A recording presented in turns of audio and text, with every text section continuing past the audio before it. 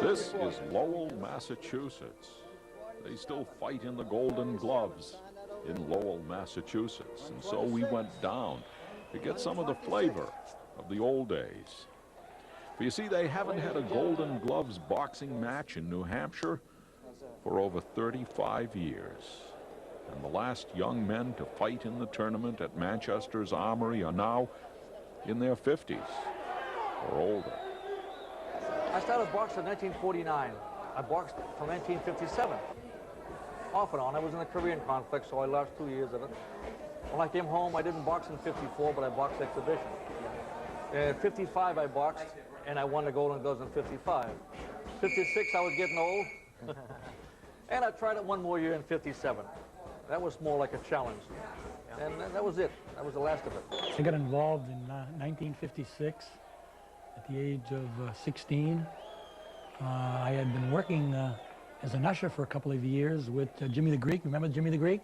He was in charge of setting up the whole, the ring and the chairs and things of this nature. And so I, as a volunteer at a young age, I had an interest in in boxing. And so, for one reason or another, I decided in 1956 that I would be a participant. And in, I guess it was January of 57, they run the Golden Gloves in the beginning of January. I had my first Golden Glove boxing event with a gentleman from Keene, and I won my first match in 1957, January. Well, my beginning in the Golden Gloves, sponsored by the Manchester Union Leader, was back in 57, 58. It was a year after my friend Bob Rivard boxed. We went to the same high school. I took an interest in boxing after talking to Bobby, and he invited me down to the gymnasium where he worked out, it was the local YMCA at the time. And I just took an interest in it, and we trained together, we worked together with Bobby's former trainer, Bobby Johnston, and then I came along, Willie LaFawn came along later on and trained me for the remainder of the years. When I was the ringside announcer at a time when none of us had any gray hair, I have to add. And it was a privilege for me because I think I saw two of the better boxers in Mr. Stephen and Mr. Rivard to come out of the Golden Gloves at that time. Terry Piasny, Art LaFrance, David Gates, we had a lot of good fighters. Joey Francis. Tommy Garrows came out of here, Mike Mercier from Nashville. I boxed him on a 3-round decision and beat him. And that was your first fight? That was my first fight.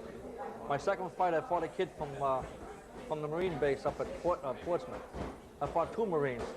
I fought one in the semifinals and beat one in the third in the finals. That was my first year, 1951.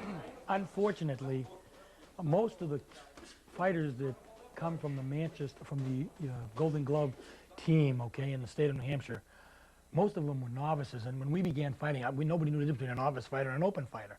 A novice fighter was somebody who's beginning with limited amount of experience. An open fighter is someone who's accomplished some things, has a championship, and has 40 or 50 fights. Well, in New Hampshire, we didn't have the opportunities, we didn't have the facilities, and quite frankly, when I got involved, I didn't know there was novices and open fighters. I didn't understand it. I won 3 fights here, went to Lowell and fought a guy with like 60 fights and got clobbered. Quite frankly, the referee stopped the fight in the second round, and I thanked him. I was really, really happy about that. My first fight was at Revere, Mass.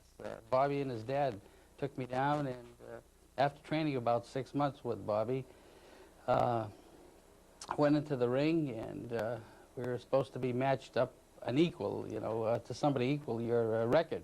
And I had no fights at all, and I was matched up with sort of some ringer, I thought he was, because after I looked across the ring, this fella had all kinds of scar tissue and all, and he had a few, he had a few boxing matches. So Bobby said, just do what you do in the gym. And God, after the introductions and all, I went out there, and I remember I always worked hard on my left hand, having thought a pretty good jab, and went out there and I just threw a few jabs, and I happened to throw a right, and for some thankfully heavenly divine spirit, somebody helped me, and we won by a TKO, one of my few knockouts. I had many, many fights. And in the first round? I believe it was the first round. So I just want to interject that I think it was the only knockout he ever had in his whole career.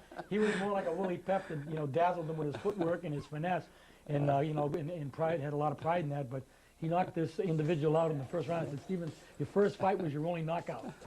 Bob Martin, who now was the referee, he was our trainer. Good guy. And he taught us how to fight people who had 4 or 5 fights. I was in the gym for over a year before I got into the ring. So I got in there pretty savvy about it. I used to go to Boston and watch these guys train and watch the big guys train. So I got used to watching them work out and did it myself. You're in the mirror, you study it, and it seems like it gets there after a while. You do road work for many months. You build up your legs. You build up your stamina. And then you get into the ring, you start working out as far as sparring and doing all the other calisthenics and exercises and hitting the heavy bag. And it takes months of dedication and training. The union leader at that time sponsored the Golden Gloves tournament, and naturally it gave it extensive coverage. And each of these boxers would get their own group of people, their own retinue, so to speak, and also their own fans who would show up at the fight. And I can remember 3,000, 3,200. One time during an ice storm, there was 3,200 people in the Manchester Armory for the finals. So what happened to the Golden Gloves in New Hampshire? Why did it disappear?